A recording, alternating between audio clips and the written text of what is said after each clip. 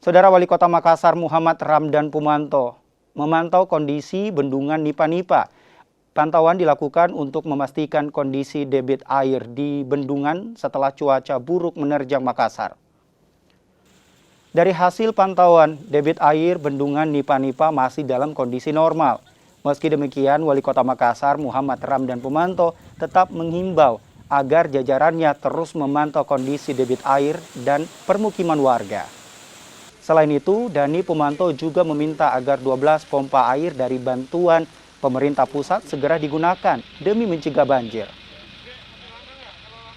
Kita dapat bantuan pompa dari pusat yang sebentar kita akan lihat untuk mengantisipasi tempat-tempat yang tergenang, yang punya tanggul tinggi untuk bisa dialihkan airnya secara mekanis. Nah, sebentar kita akan lihat. Jadi kita sudah saling membackup. Kami juga 12 pintu-pintu air kami saya sudah perintahkan untuk diperbaiki semua pompanya yang rusak semua. Ya, di Petarani, di mana ada beberapa, ada 12. Ya, kami hasil koordinasi dengan Balai Pompengan. Termasuk kami juga koordinasi tentang tata ruang.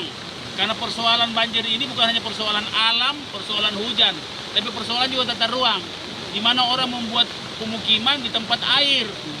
Nah, jadi sehingga tadi laporan Pak Camat ada 3 orang mengungsi, memang rumahnya itu memang di tempat air.